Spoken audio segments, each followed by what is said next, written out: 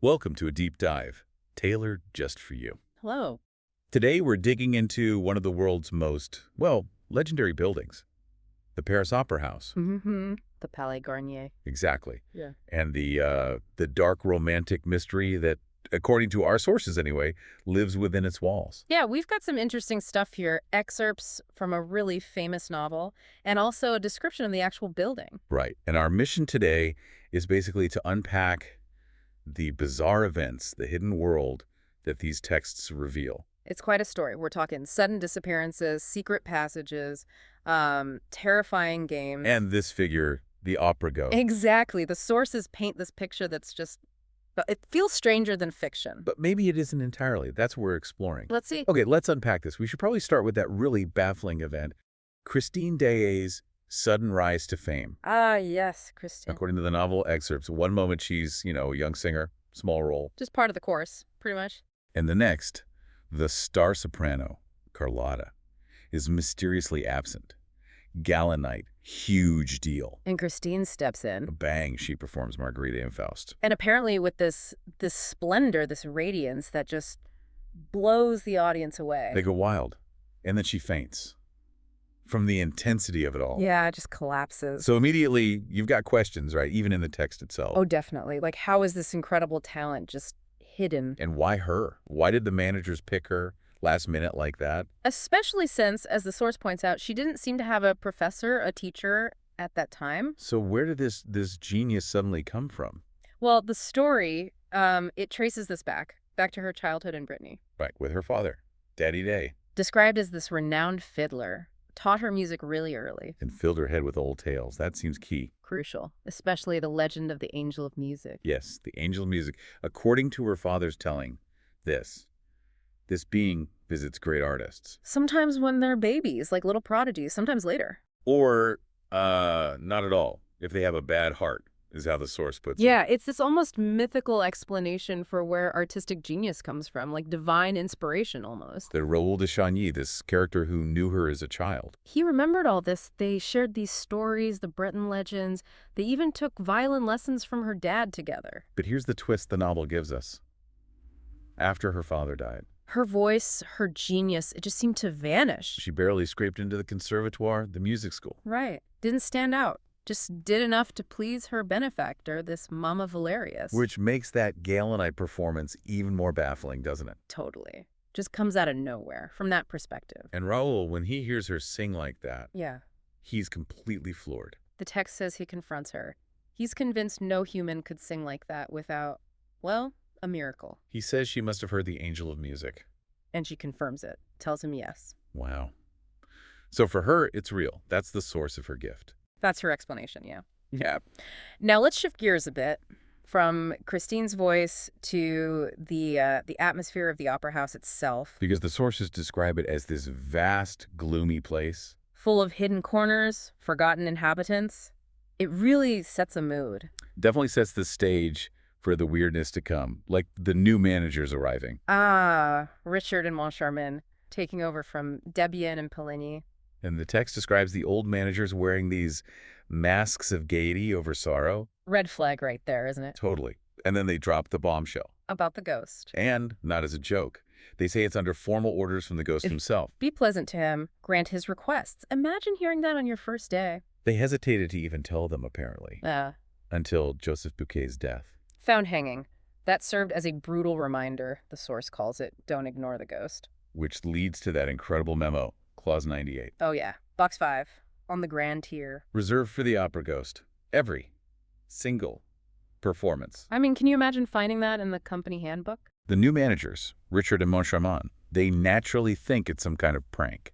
But the old guys, with their sad masks, they warn them. Change the lock secretly, because there's something worse than thieves. The ghost. Dun dun dun! So then we meet Madame Giry. She's the box keeper for Box 5. And she absolutely believes in him. No question for her. She says the ghost spoke to her, even helped her daughter Meg get promoted in the ballet. And insists the previous manager, Poligny, he heard the ghost too. Couldn't refuse him anything. She's like the liaison, the human connection to this phantom for the managers. And then the ghost makes his presence felt. Big time. During that performance with Carlotta singing. She's on stage, and suddenly, she just lets out this sound. Croaks like a toad is the description. Yeah, just completely unnatural. People think it's witchcraft or... The ghost. Exactly. Carlotta's terrified, cancels her contract. Which, conveniently or not, leaves the star spot open again for Christine. Makes you wonder, doesn't it? And the managers, they get their own close encounter. They decide to sit in box 5 themselves. Brave or foolish? Maybe both. They feel his presence, hear his breath. They're convinced he's right there with them. Invisible, but there. And then the climax of that whole sequence. Someone cries out. A voice, targeting Christine, who's singing. Shouting, "She is singing tonight to bring the chandelier down." Down it comes. The huge chandelier. Crashes right into the stalls. Chaos. Injuries. And one death. Tragically, the source points out who died. The woman who just replaced Madame Yuri as the boxkeeper for box 5. Oof. Talk about a message. Brutal confirmation of the ghost power and his possessiveness over that box. And as if that wasn't enough for one evening. The ghost also apparently robs them. 20,000 francs. Right out of Richard's pocket. And the source makes a point of saying, He used a safety pin to secure his wallet. Just a safety pin. It just adds to the sheer impossibility, the audacity of it. How did he do that? Okay, so let's swing back to Christine. After her triumph, the chandelier falling, her behavior gets weird. Erratic, yeah. According to the novel, she starts refusing roles. Acting like she's not in control, like she's almost afraid of another success. Which is strange, right, after such a breakthrough. Meanwhile, Raoul, her childhood friend, totally captivated, but also worried. He hears she was seen out driving, late at night, in the Bois de Boulogne. With a shadowy companion. Which immediately sparks his jealousy and confusion. Who is this person influencing her? His suspicion just ramps up. He secretly watches her leave her room late one night in Paris, follows her. To a churchyard, of all places. But he hears her talking to someone, catches that phrase, "Don't lose the key." Ooh, telling.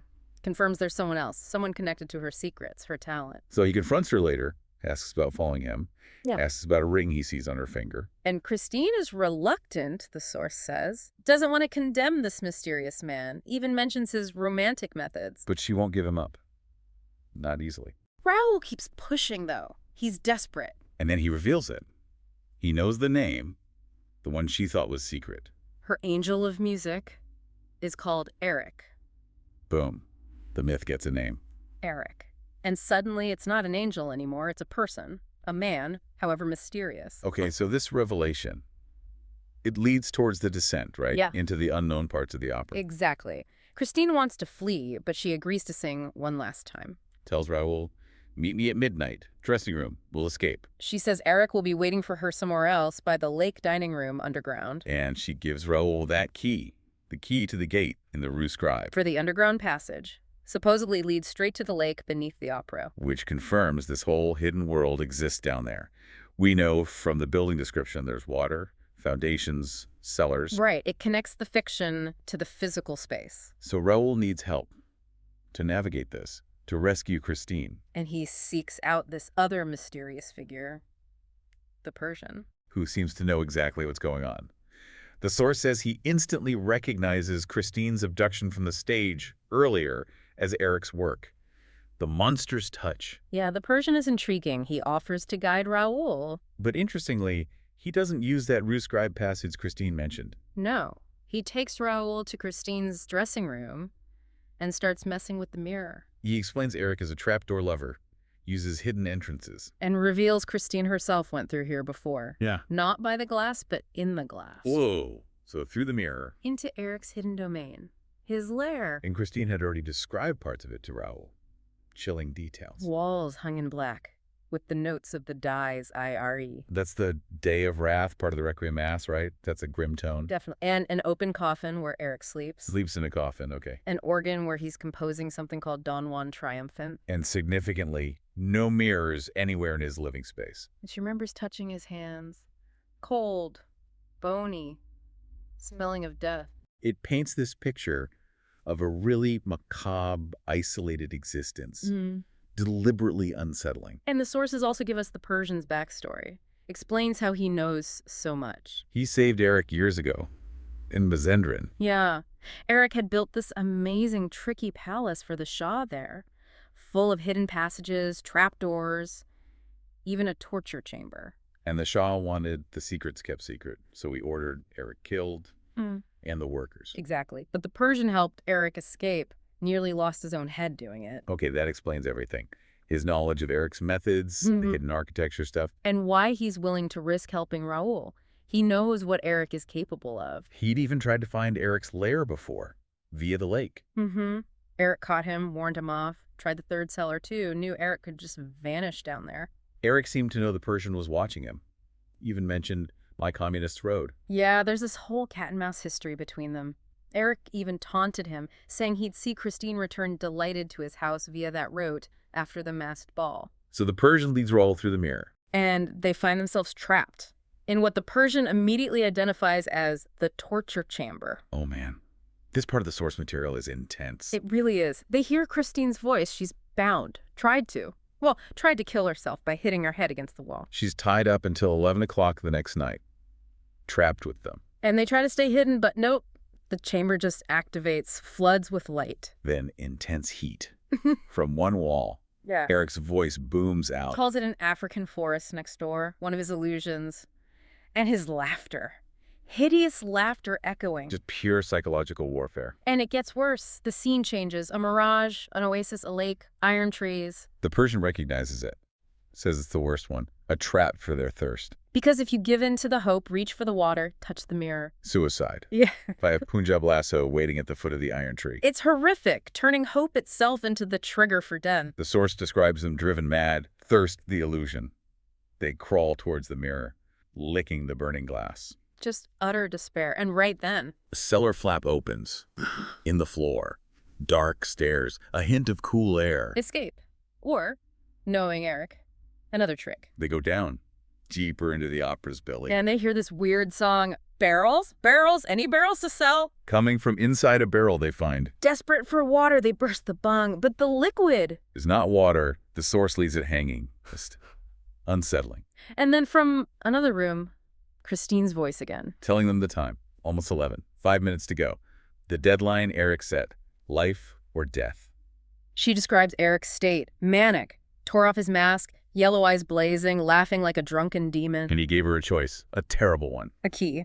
2 ebony caskets. Inside one, a bronze scorpion. Inside the other, a bronze grasshopper. Turning the scorpion means yes, she marries him. Turning the grasshopper means no and triggers an explosion. Big enough, he claims, to blow up the opera. A quarter of Paris. My God. Eric arrives, addresses the Persian as Daroga. That's a Persian title, right? Chief, leader. Yeah, hints at the Persians' past status and their history. Eric warns them, stay quiet or boom. He presents the open caskets to Christine. Spells out the stakes. Turn the scorpion. Save everyone at the opera right now. Turn the grasshopper. Destruction. And the choice, he says, is hers alone. What an impossible position. Okay, let's pull back from that for a second. Yeah, deep breath. And look at the sources about the actual building, the Palais Garnier, where all this is supposed to be happening. Yeah. How does the real place connect? Well, this is where it gets fascinating. The reality of the building kind of grounds the fantasy, or maybe fuels it. The description emphasizes its sheer scale, complexity. Built with materials from all over Europe, Africa, used as a military storehouse during the siege of Paris, even a balloon station. It's got history baked in. I love the detail about the Apollo statue on top being a lightning rod. Practicality meets grandeur. Totally. And think about the arrangements for official visits mentioned. Facilities for guards, horses, carriages, servants. It hints at this huge hidden infrastructure, right? Spaces a phantom could potentially use. Exactly. And the famous parts, the grand stairway, the foyer de la danse with all its mirrors. Which is ironic, given Eric's aversion to them. Right. That foyer, with its sloped floor, practice bars, history as a meeting place for subscribers and dancers, contrasted with the singer's foyer, which was apparently less lively. These are real places referenced in the story. But the numbers, the sheer numbers from the building description, they're mind-blowing. Over 2,500 doors. 7,500 keys. Extensive heating and water systems. Think about that underground lake. Hundreds of places to change clothes. A massive staff, carpenters, firemen, artists, musicians. And supernumeraries.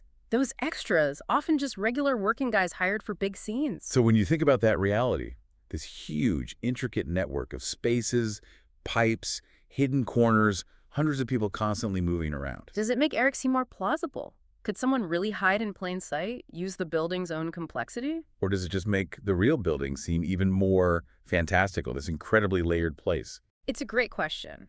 The fiction feeds off the reality, and the reality almost seems to invite the fiction. The sources also give us a little bit in the epilogue, tying up some threads. Yeah, the managers, Richard and Moncharmin. After all that, they still end up skeptical. Each thinks the other played some elaborate trick. Figures. Ugh. But the author figure in the text claims their own investigation found proof. Undeniable proof of the ghost's feats, especially that missing money. Wow. By remembering Eric was the trapdoor lover, suggesting the money vanished through some clever mechanism, not magic. Ah, consistent with his skills. And finally, it confirms the Persian's backstory. Saving Eric in Mazenderan, building the trick palace, nearly getting killed for it. Which really solidifies why the Persian knew so much. His personal history with Eric's methods, his architectural genius, the danger. It grounds the Persian's role, makes his guidance credible, shows the fantastical elements like the trapdoors have a basis in Eric's known history as this genius, deceptive builder. It really explains why he was the only one who could possibly lead Raoul through that maze. Absolutely. So we've just scratched the surface, really. A few chapters, a building description. But look at the web we found. Mystery, obsession, hidden genius, terrifying traps, Mm-hmm. all intertwined with real-world architecture and logistics. From that dazzling, maybe supernaturally aided stage triumph, To the managers dealing with falling chandeliers and ghostly demands. down into Eric's lair, the psychological horror of the torture chamber, those impossible choices, The sources give us these incredibly vivid, specific snapshots. and connecting it back to the real Palais Garnier, its size, complexity, thousands of doors, the lake underneath. It really makes you wonder. How much did the reality of that amazing building fuel this specific legendary story? Yeah, and it makes you think, doesn't it? If a place like that, so real and yet so intricate, can inspire a story with so many hidden passages and secrets. What other mysteries might be lurking, just out of sight, in the buildings and places all around us?